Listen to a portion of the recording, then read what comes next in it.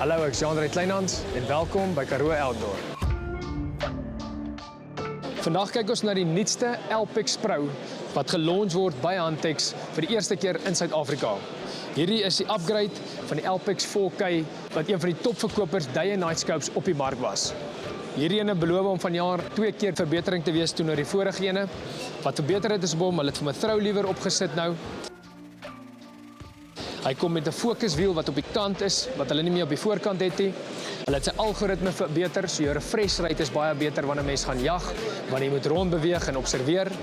Hulle het ook vir hom 'n lekker stewig battery nog steeds in. Jy kry 7 ure batterylewe met 2,5 ure batterye op jou eksterne battery. Sou dit nie genoeg wees nie, kan jy 'n powerbank aanplak op die kant en jou scope hardloop nog 'n bietjie verder. Onthou, die is 'n 4K resolusie scope vir dag en vir nag gebruik.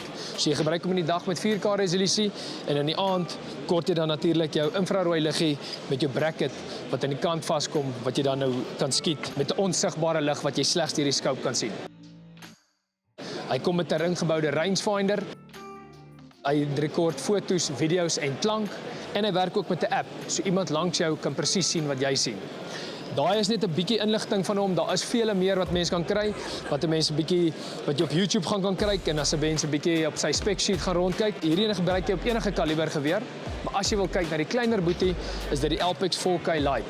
Hy kom ook met 'n rangefinder, ballistic calculator en hy neem ook foto's, video's met klank en hy werk met 'n app.